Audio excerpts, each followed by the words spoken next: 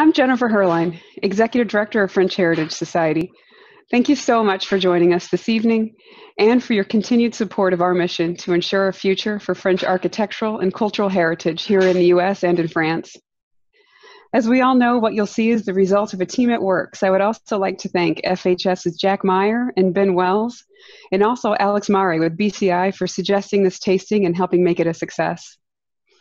We've all really been looking forward to this evening and are deeply honored to welcome Peter Sichel.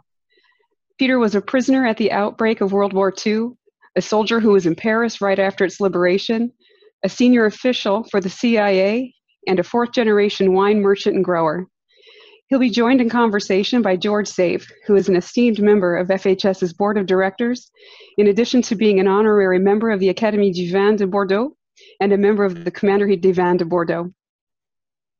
Following their discussion, we're delighted to welcome Jean-François Bonneté, who is the co-founder and president CEO of BCI and the creator of the Libération de Paris wines that we'll be enjoying this evening. He'll guide us through a tasting of his wines, but we encourage you to start enjoying them earlier if you wish. A bit of housekeeping before we begin. Today's conversation will be split into two sections, with wine as a bridge, so to speak. I encourage you to submit questions using the Q&A function at the bottom of your screen, and the panelists will answer them at the end of the program. We'll conclude by bringing everybody on screen for a celebratory toast. Peter and George? Thank you, Jennifer. Let me first of all extend my own welcome to everybody who is on tonight's program on behalf of the board of the French Heritage Society. Given the era that we're focusing on in tonight's program, I can't help but open with the words of correspondent Walter Winchell that he used for his wartime broadcast. Good evening, Mr. and Mrs. North and South America and all the ships at sea. That was his traditional opening when he started his broadcasts during this era. So thought it would be sort of fun to start with that. We're very fortunate this evening to have as our first guest, Mr. Peter Sichel. He's an extraordinary person who's led an extraordinary life. He's part of what we refer to as the greatest generation, those who actually participated in World War II, one of the most devastating wars in the history of the world. Given tonight's theme, it's only fitting that Peter keynote the program because, as Jennifer already alluded to, he was a prisoner of Vichy France, and then escaped, became part of the OSS, which was operating out of London at the time, I believe, Peter, and later in Europe, and then to become the CIA bureau chief in Berlin. And I must say, Peter, even to this day, I watch the series on TV called Berlin Station. I can visualize you skulking around a misty Berlin with your collar turned up and your hat pulled down, operating a clandestine network in Berlin. Peter's also written a fascinating autobiography called The Secrets of My Life, which was published in 2016. Any of you who are so motivated, I would strongly urge reading the book. It's not very big, and it's fascinating, absolutely fascinating. In addition, Peter is a vigneron, so keeping with tonight's theme of wine, we look at Peter as in his second sort of life, as it were, as the owner of a chateau in Bordeaux, he and his family, which was subsequently sold, I believe, to Hermes, if I'm not mistaken, Peter, or was it LVMH? I know it was one of those guys. But more importantly, he was a wine merchant in the United States, and he introduced to the United States a wine called Blue Nun, which went on to become, at that time, the largest single-selling wine in the United States, reaching a peak of, I think, 1.5 million cases a year at its peak.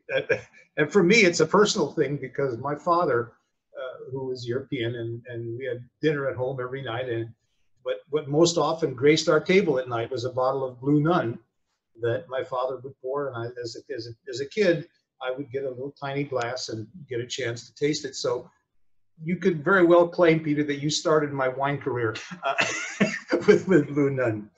The program is tonight more than a memory of World War II, however, because as we will be able to celebrate the occasion of the Allies marching down the Champs-Élysées after the liberation of Paris with a wine specifically created for that occasion by Jean-François Bonnet, which he'll be talking about later. Nothing in my mind could be more fitting than to celebrate that happy occasion with a wine that memorializes the event.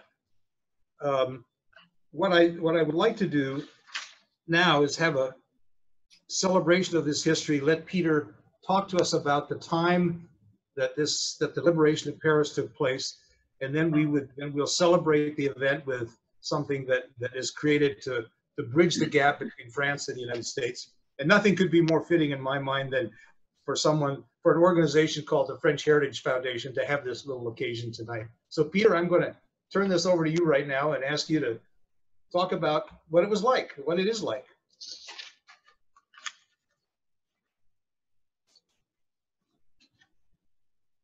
Peter, you're on. Did you hear me? I'm not on the screen yet. There you go. You're on screen.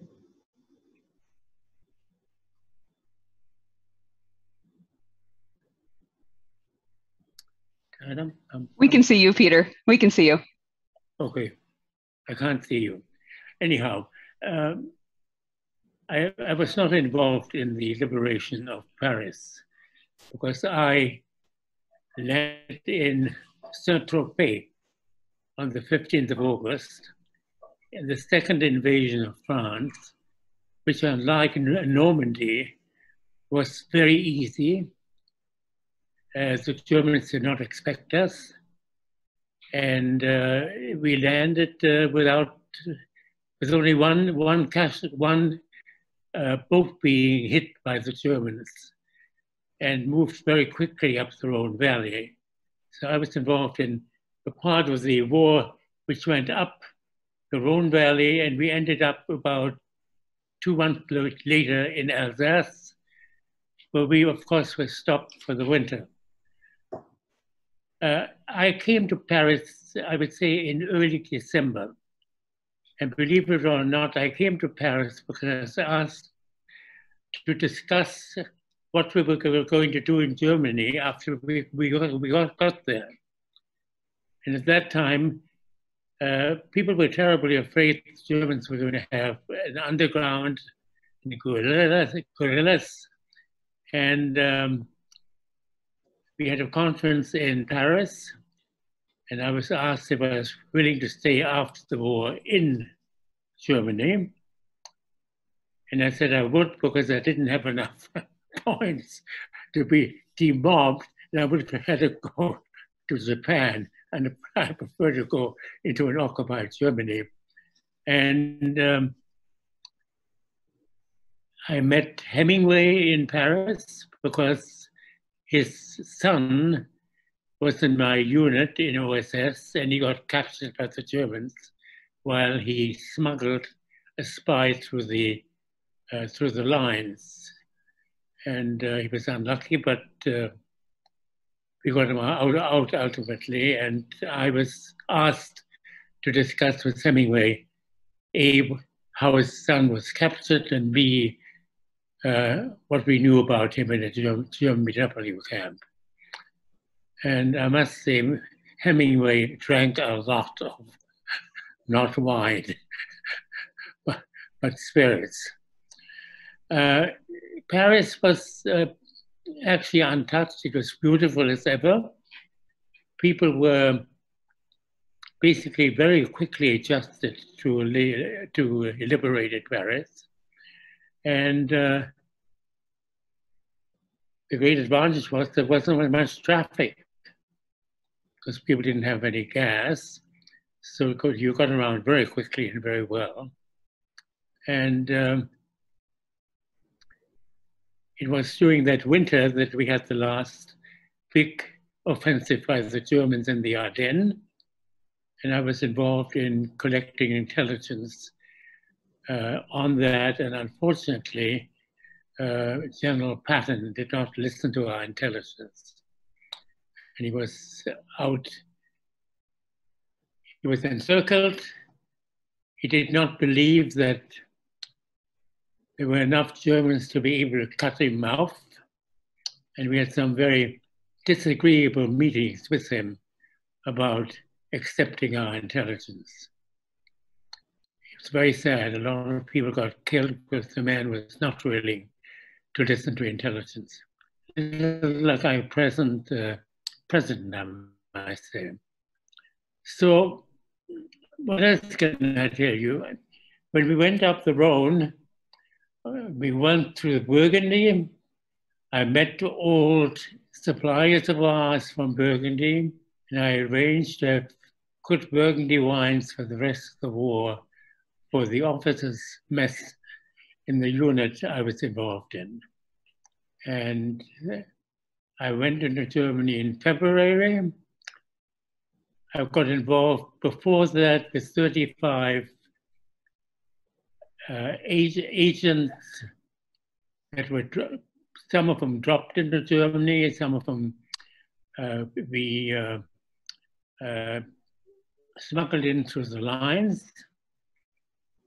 And the ones that were dropped into Germany were dropped with a radio operator and stayed in so-called safe houses, which were largely socialists, who were, as a matter of fact, the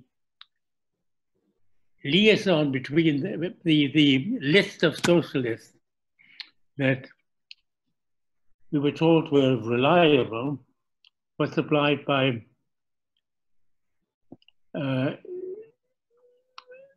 later by Goldberg, who was involved in as a lawyer for the unions here. The unions here had relationships with all the unions in occupied territory. And of the 36 missions we sent in, we lost two. Two were captured by the Germans and used their recognition signal to signal that they were captured. We played them and they survived the war. So we were very, very lucky, and we supplied very important intelligence for the troops. I've just got off. Do you still see me? Yes, we can all see you, Peter. I think what you need to do is look in the left-hand corner of your screen where it says stop video. Click that on and it'll put you back on the screen. I think you clicked off earlier. So while you're doing that, let me ask you two questions from my standpoint, and there'll be others later, I'm sure. First of all, was there any real military significance to the liberation of Paris, or was it really more a psychological uplift? It was very, I think it was psychologically extremely important. It was, as you know, France actually, Paris is the center, and everything ends up in Paris or starts in Paris. It's not like Germany, where you have various centers. It's more that even England isn't as concentrated around one center. So the minute Paris fell, the country reestablished itself extremely fast. And I think it was very important, very important. Yeah, that's great. I'd never thought of that. My other question, which is a little bit different, but on the same topic, is how much contact did you and the OSS have with the French resistance during the war, and how important was that whole effort? Well, I was not involved in the resistance. OSS had two segments. I was in the intelligence gathering section, and the other section was support of the resistance. So basically, our business was not to get caught. Their business was to make life extremely difficult for the Germans. So I still don't have you, by the way. Can you see me? Yes, I can see you exactly. Everyone else can see you as well. That's on this call. So don't do anything that would embarrass you later. I wouldn't dare. Yeah, I think I have to get. So we can. Here we are. I have it. You have it? Oh, good. Okay. All right. Excellent. No. I don't have another question, but what I would like to do is ask you to as we transition now from World War II and the liberation of Paris and et cetera to wine, tell us a little bit about the creation of Blue Nun, the label and how that worked. Well, that would be a segue to the wine for later. It's actually a very funny story. When my father and his cousins came back from the First War, which they fought on the German side, I'm sorry to say, they didn't like the labels. So they went to the printer and said, design some new labels. And they designed a label which was a blue label with two nuns on it. And they liked that label. And because the Catholic Church had so much to do with growing wine and making wine on the Rhine, they used that for their top Libfraumisch, which was a blended Rhine wine. And they shipped it to the world as Sichel Libfraumisch. And the customers came back and said, send us 20 cases of Libfraumisch Blue Nun. So the customers actually named the wine Blue Nun, and the old gentleman after a while got the message, and they put on the label Blue Nun label.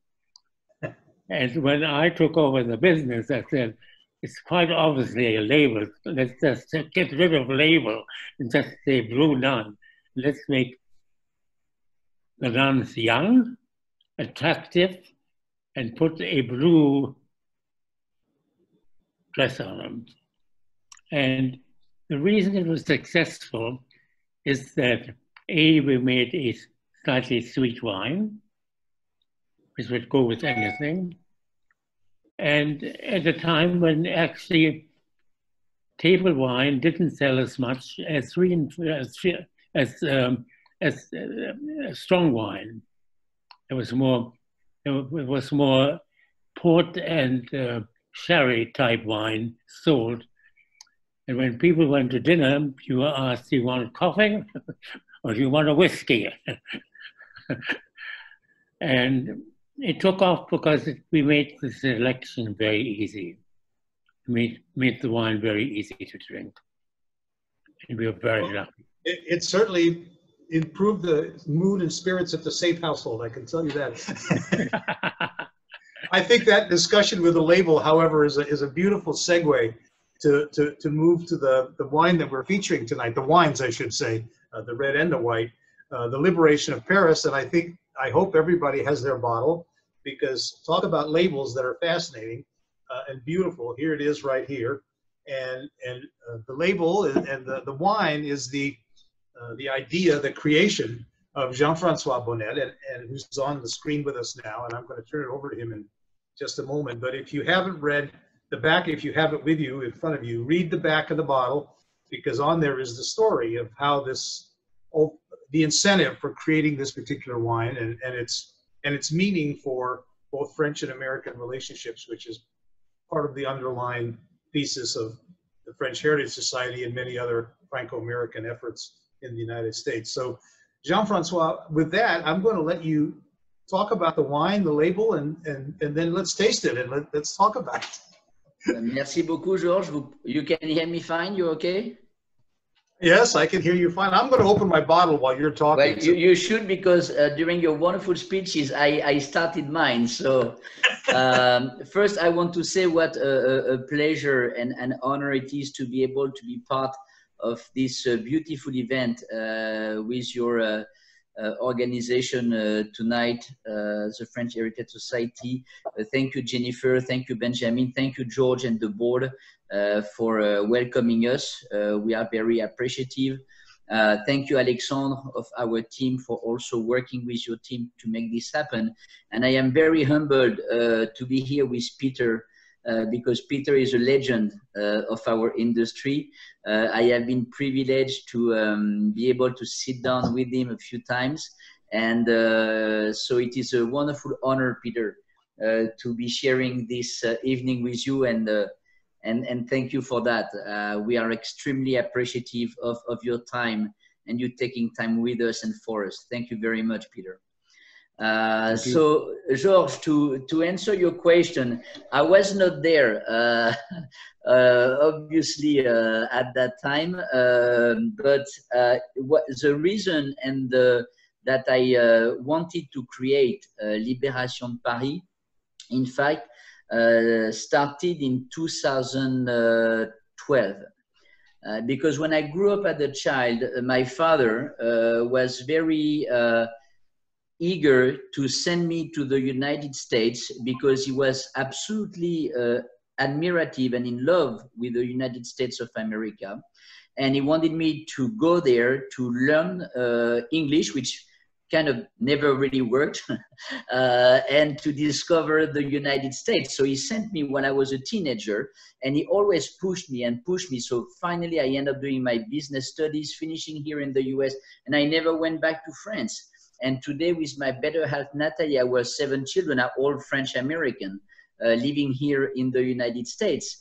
And in 2012, my father was visiting us. We are based in Houston, and he had a very severe medical problems. He had a heart failure, kidney failure, complete failure.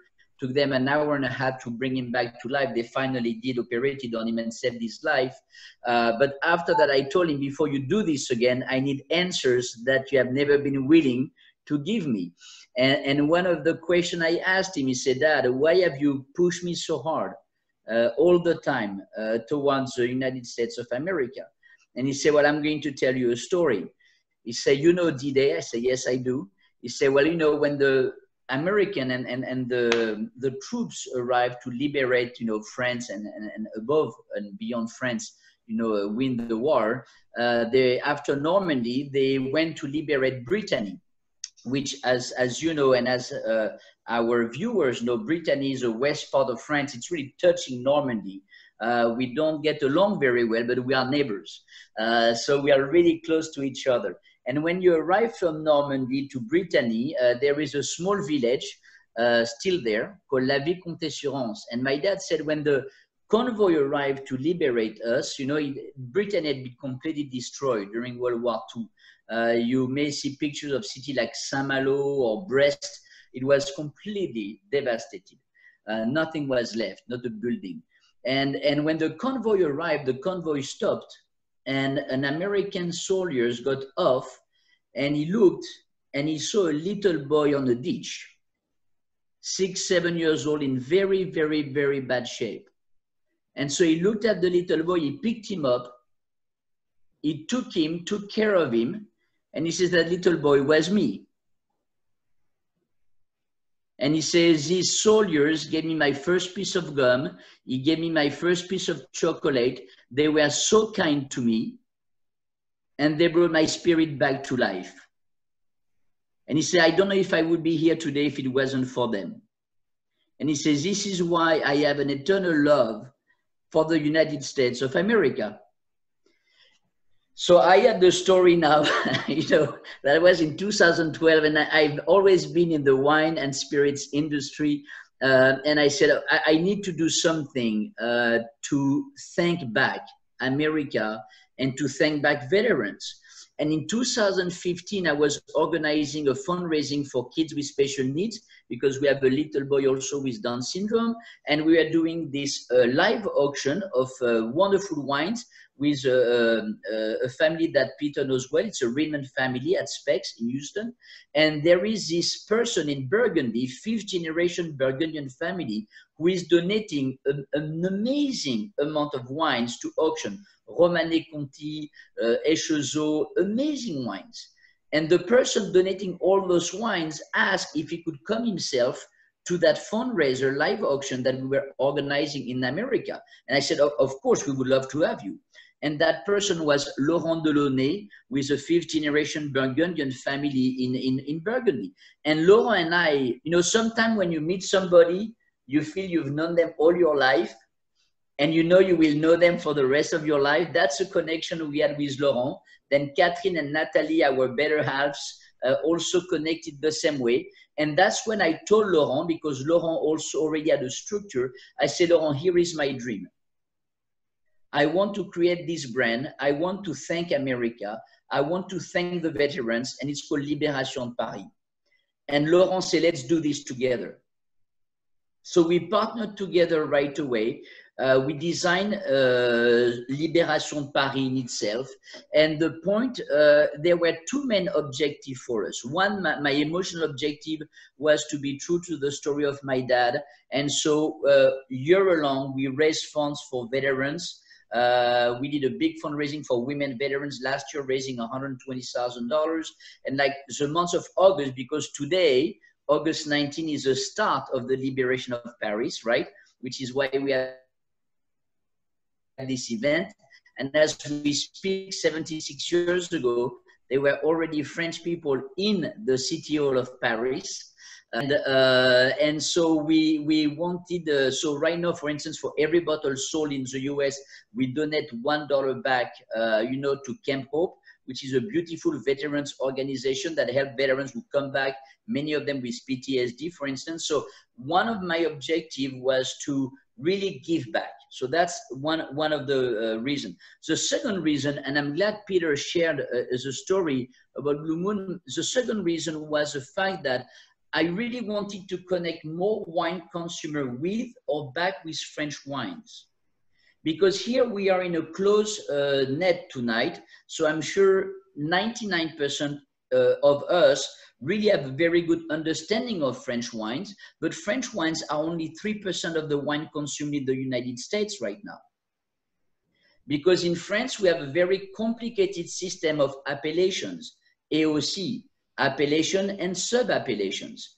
And for many consumers around the world, like in the United States, when you say Condrieu, Chassagne-Montrachet, Pouilly-Fumé, Pouilly-Fuissé, people don't know what you are talking about.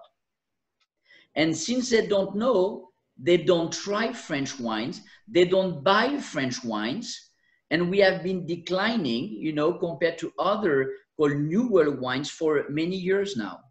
And I really wanted to, if possible, help turn this around.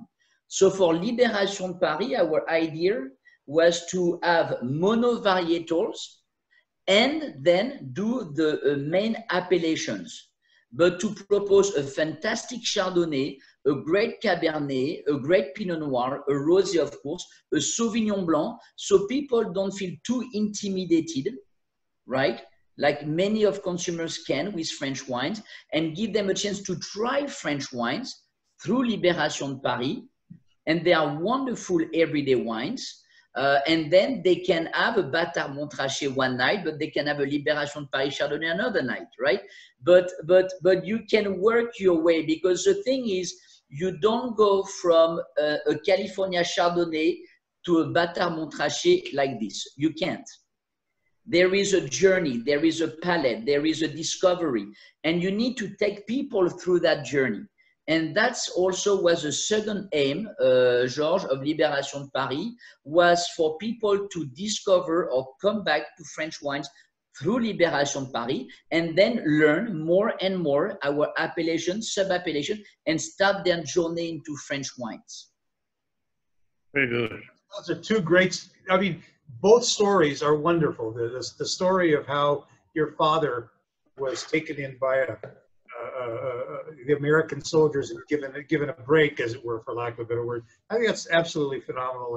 And you know, that story, I'm sure, can be repeated many times by many people who have had that same history, but yours is personal, and I think that's fantastic. And I couldn't agree more with the U.S. market and the fact that American drinkers, by and large, are intimidated by French wine. I'm one of those. I was so intimidated that I just kept drinking it indefinitely.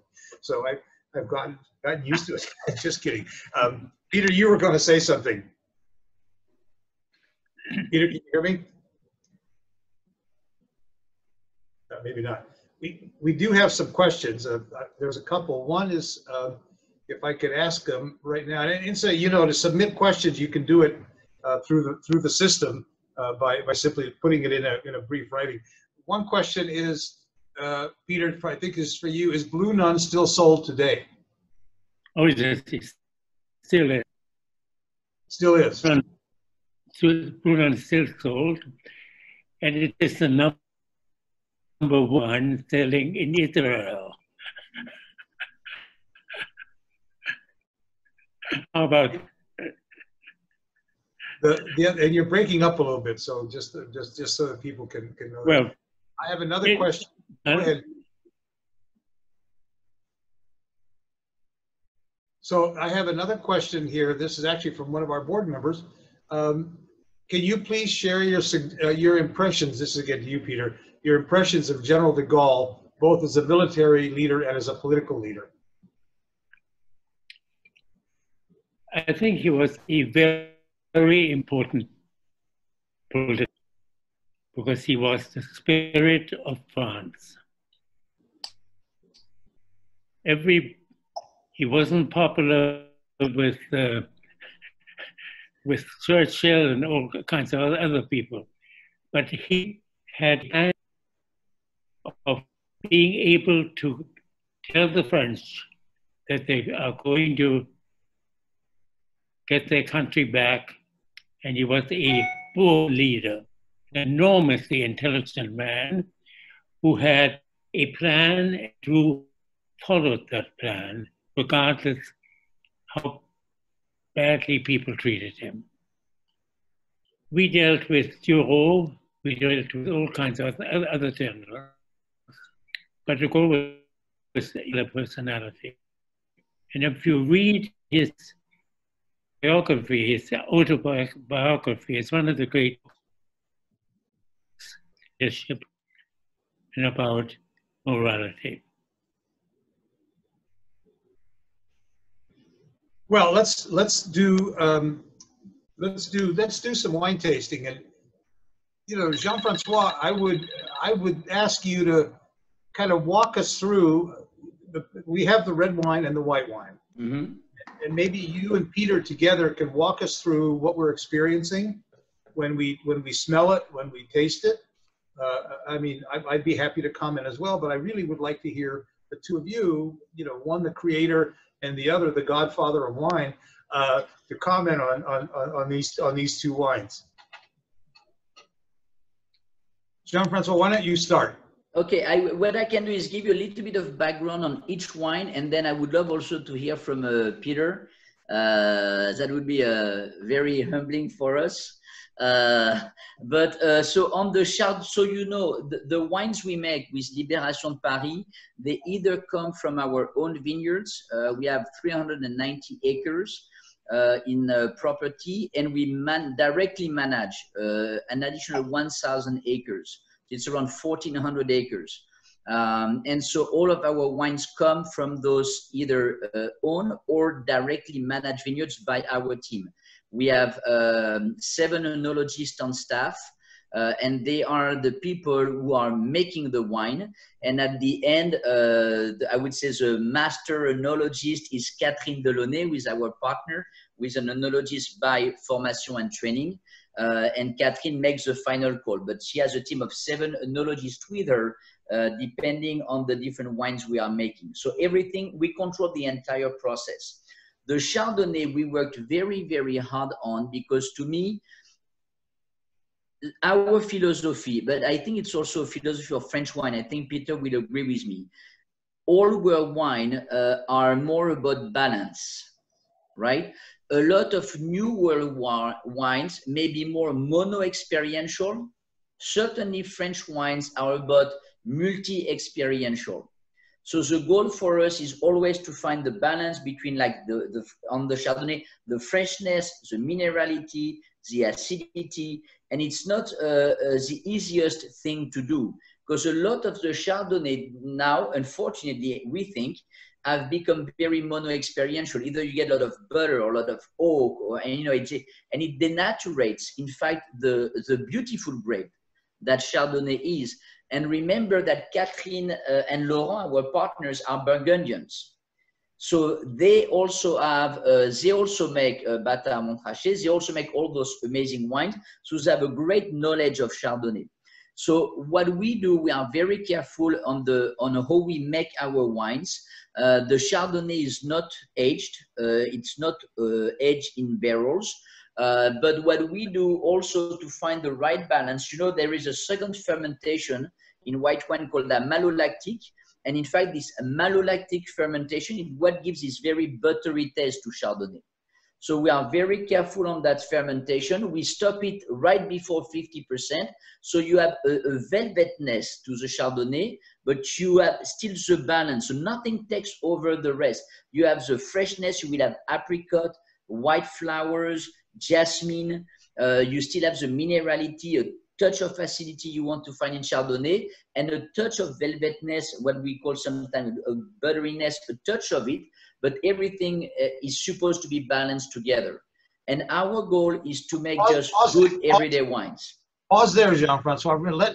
That was a beautiful description just of what people should be looking for. So let's give everyone who's on this program a chance to taste the Chardonnay if they have it open. I unfortunately only brought the red wine with me tonight, but that's unimportant for this purpose.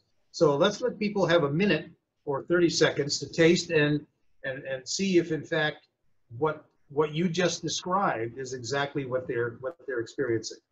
And Peter, if you have any comments on the white wine as well, then I'd certainly welcome them at this time. What I didn't understand is where the vineyards. You're breaking up, unfortunately. Your transmission is not coming through very well for some reason. It was earlier, but not now. Well, let's let me, go ahead. I did not understand where the vineyards are. The vineyards, Peter, so the Chardonnay comes from two of our vineyards. One is a Domaine du Trésor, so it's going to be between like Béziers and Narbonne. And our other vineyard is right next to Carcassonne. So the southern part of France. So the Chardonnay comes from Alpes. In fact, it's called Ouveillan, which is, you have Ouveillan, Narbonne, and Béziers. And then a little more next to Carcassonne is a second vineyard, Peter. Very good. It's a very nice wine. I see it's wood, I hope. Jean-Francois, now let's move. I'm not going to rush this because we have all the time that we want. But now move to the red wine. And, oh, incidentally, so I should stop and clarify a thing. So what you're describing is that your white wine, which is a blend, but a Chardonnay style wine, is designed to be Burgundian in style. Am I interpreting what you said correctly? It is made by our team, which is of Burgundy influence, and so I'm not sure if it is a Burgundian style, but what they have from this Burgundian school and savoir-faire, Georges, is a great knowledge of respecting Chardonnay. You see what I mean? You know, yes. in France, you really, the objective is really not to change what terroir is giving you, but to reflect it as well as you can. So that's a philosophy. And there is a great respect for terroir and a great respect for the grapes. So I wouldn't say we are a Burgundian style, but we have a great know-how because our team is of Burgundian heritage. Fair enough. That's a very, very good answer. I like that. It's very telling, very telling. So let's move on and now do the same thing that you just did for the Chardonnay. Do it for the red wine, for the Cabernet. So the Cabernet is also coming from our vineyard in the south part of France. It's 100% Cabernet Sauvignon, okay? You know, Cabernet are more robust type of grapes. And in fact, our terroir in the south part of France, honestly, you know, we also have personally a small estate in Bordeaux called Château Bonneté, close to Saint-Émilion. It's only 18 acres where we have Cabernet Franc and Merlot. But the Cabernet from the south part of France are absolutely unbelievable. And many times, there are preconceived ideas, but many times the Cabernet vinified and correctly vinified in the south part of France can have more complexity than some Cabernet we are going to come from Bordeaux, like basic Cabernet in Bordeaux or Bordeaux Supérieur. I'm not talking about the Grand Cru. You know, that's a different arena. But the entry-level Bordeaux and Bordeaux Supérieur. And also we have worked a lot in this part in southern France, because 40, 50 years ago, it used to be high yields, low quality. We have transformed that with a few other personalities.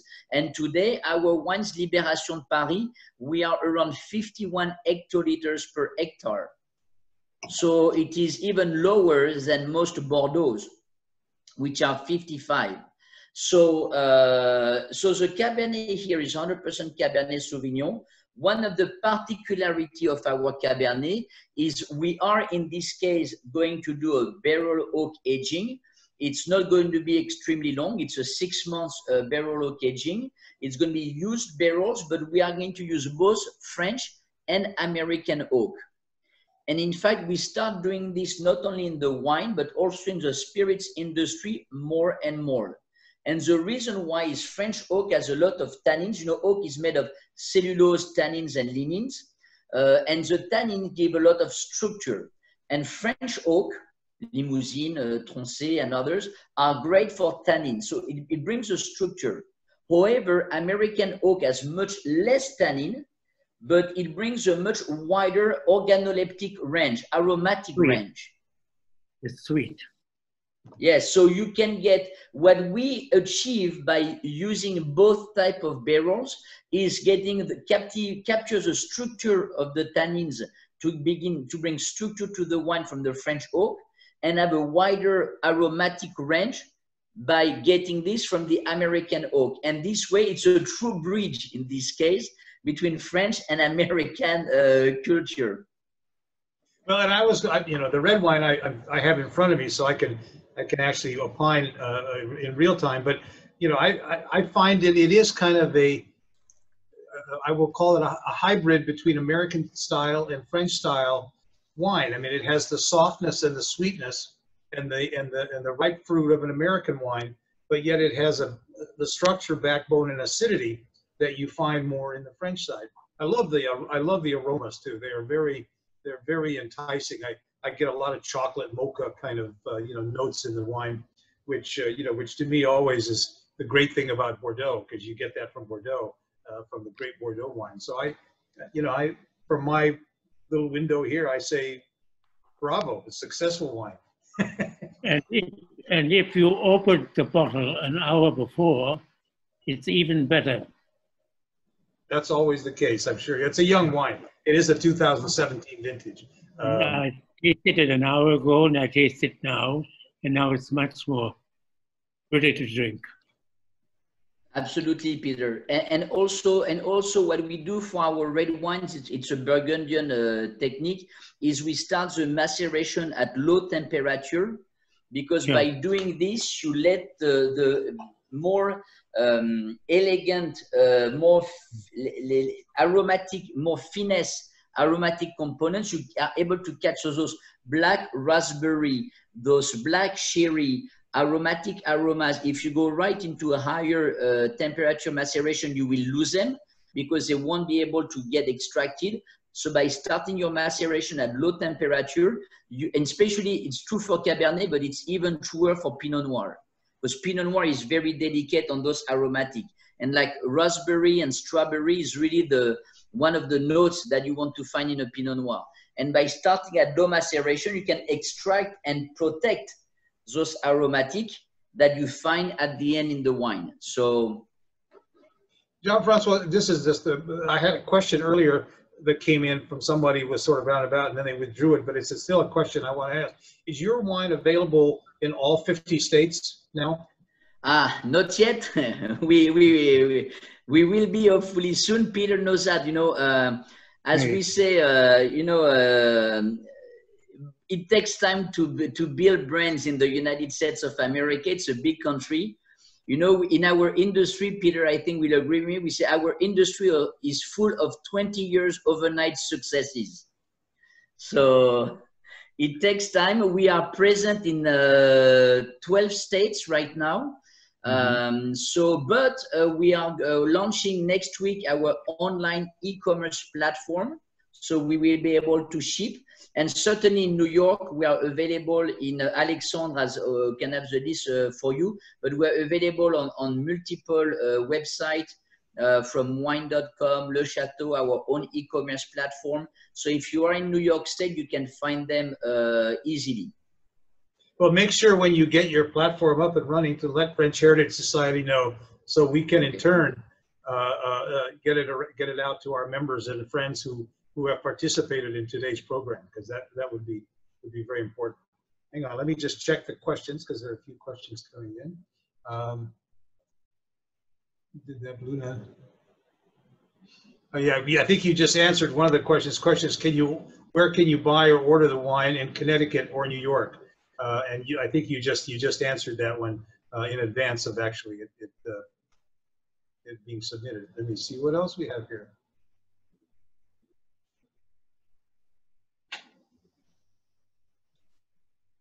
Okay, apparently you cannot get the wine in Georgia right now. We have a question from someone in Georgia who went to try to get it. Yes, this is correct. In fact, I was working on this today. So well, I promise you it should be there soon, and I was working on this today, as a matter of fact.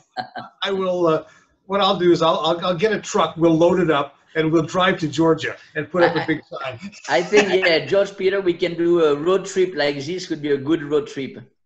Yes, I think so too. Well, here's another question. This is a good question for both Peter and for you, Jean-Francois. Is the red wine suitable for aging? Laying down, in other words. I wouldn't age it too long. It's a wine that should be consumed, in my estimation, within 3-4 years. Peter is completely correct, George. We make wines that you can, because what has happened, and Peter has been through these experiences, you know, the way of consuming wine has evolved. First, wine consumption has evolved dramatically in America. When I first came here, when I was a kid, it was in Florida and New York, and my family used to offer me, Coca-Cola or milk at dinner. And today it's a Viognier or a Sauvignon Blanc or a Chardonnay. So wine, and that to me is fascinating. You know, French people think they know wine, but my take, I believe that they know less than American consumers. And I will tell you why. Because in France, we consume a lot, and sometimes almost exclusively, what is produced in the region where we live. Sure.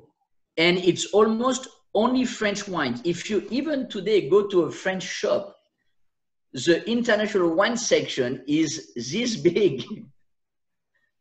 It's That's very true. Small.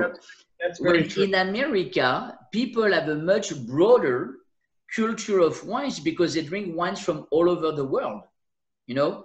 But what has evolved as well, George, and for the person who was asking question, is today we have to be careful because most consumers go to a retail shop, they buy a bottle of wine to consume it right away. Very few people age wine today. So also we have to be careful as wine producer, one, on the oak, use of oak, because if you are going to use oak, you need to let the oak aging to be done properly for everything to blend in correctly, and then you have to delay your commercialization. Because many times people, you know, they will smell a wine or drink wine, say, you know what, Jean-François, this is not good. I say, no, it's not that it's not good. It's closed. It's too soon. Give it another 10 or 15 years. You shouldn't drink it now. So now, because many people buy to consume, we are also adjusting how we use oak. And to Peter's point, the Libération de Paris wine, you can drink them today. I agree with Peter. You could keep them 2 years, 3 years max, but not more. A couple more questions. And incidentally, we have an invitation to go to Savannah, so I'm going to load up the truck. Savannah is one of my favorite cities in the United States. Here's a very interesting question, Jean-Francois, for you. So do you add preservatives to the wine that you export, which aren't in the wines in France? And are there chemicals used to age the wine artificially? No, we don't. It's not the philosophy. So the wines are made again by our team of enologists, under Catherine. They follow a very, I would say, natural process. You have the maceration, a regular vinification process. Sometimes we age, sometimes we do not age, like for the Chardonnay. Sometimes we only age some of the grape, like our Côte d'Iron, for instance, which is Grenache, Syrah, and Mourvèdre. We don't age Grenache and Syrah, we only age Mourvèdre. And my learning, and I think Peter will agree, my learning in our industry is to be transparent, right? Just explain what you do, just explain how you do it, and that's it. And then people will test and they will choose if they like it or not, because what is really important at the end of the day, and I say that all the time, and I think as French winemakers should say that a little more. The important thing is to enjoy what you drink. Here's another question. I think I know the answer, but I'm going to let you answer it. Do you have any vineyards or bottling facilities in the United States, or is all the wine made in France? No, everything is made in France. The main winery is in Mons, which is a few kilometers from Carcassonne. Everything is made, bottled in France, and then shipped to the United States of America. We don't have any operation yet in the United States of America or anywhere else, as a matter of fact. Okay. There's a question here. I don't know if it's been solved yet, but you can answer it. Is the wine available in New Jersey? And if not, when will it be? When or where is it available in New Jersey? Yes, it is available in New Jersey. Alexandre, who is on the call, will be able to give you all of that information. I don't have on top of my mind, but yes, it is available in New Jersey. Absolutely. And by the way, if you tell us later on where you shop, we will make sure we contact them and make it available to you for your convenience. I'm sure you will. Peter, this one's for you. You better buy a case. You better buy a case. Yes. Thank you, Peter. Peter, here's a question for you that you can answer with as much humor as you'd like. The question is Peter French? Did you hear the question? Peter, did you hear the question, Peter? Personne ne le sait. Are you French? No, but I've lived in France a large part of my life. Yeah, you're German by background. That was the whole reason that you were interred at the beginning of World War II, because you were classified as a suspect because you were German, even though your family was in France and running a French business. Jennifer, you want to come back online? Oh no, here is a new question just came in. Is the U.S., are they levying higher taxes on the French wines, and are you subject to the duty? Yes, that has been very difficult for the entire industry. And in fact, I think there is a misconception, because I believe it is hurting much more American companies than it is hurting French companies. To give you an example, when we bring a small container of Libération de Paris, before the taxes that came into play last November, we used to pay around $4,000 of federal taxes. And so you understand, we have to pay federal taxes when the container arrives in port. So you have not sold anything yet.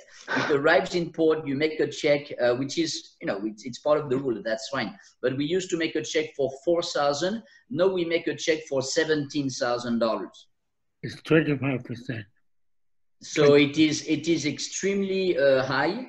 It is hurting many US companies. It's really hurting the US more than it is hurting, because what I think the makers may not have envisioned is the fact that producers can sell everywhere else in the world. But if we want French wines, we have to bring it here and we have to pay the taxes. So it was very damaging for the industry. If you vote right, then it'll be eliminated. There's the political statement for the night.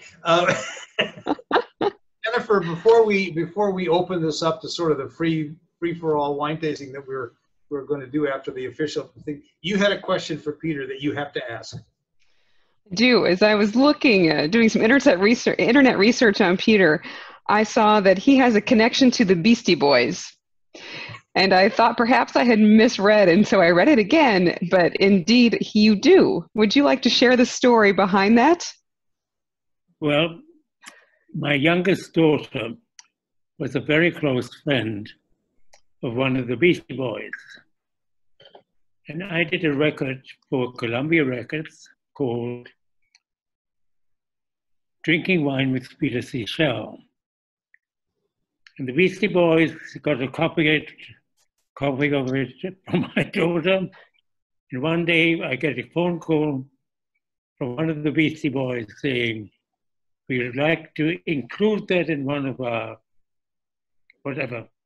And I said, go ahead. So I'm now known the man who was made by the Beastie Boys. An unexpected fact amongst all of the amazing facts that we've learned about you tonight. That one is particularly unexpected. It is also the least likely thing that I would associate with you, Peter. So Jennifer, explain what happens now. Let's call this, first of all, let me express my personal thanks to both Peter and to Jean-François for what I think has been a fascinating, interesting, wonderful, uplifting, and enlightening program at a time when events around us aren't always so pleasant. And this has been really a great personal respite for me, and I hope for everybody who's tuned into this program that they've enjoyed the sort of the positive and uplifting and fun part of this thing. And as I understand, we're going to allow people to come sort of mill around, as it were, for lack of a better term, on Zoom. Exactly. George, you were an excellent MC. Oh, thank you so. Without that, we couldn't have time. I attribute it to drinking wine. Or as we Thank say, you, George. You wear so many hats.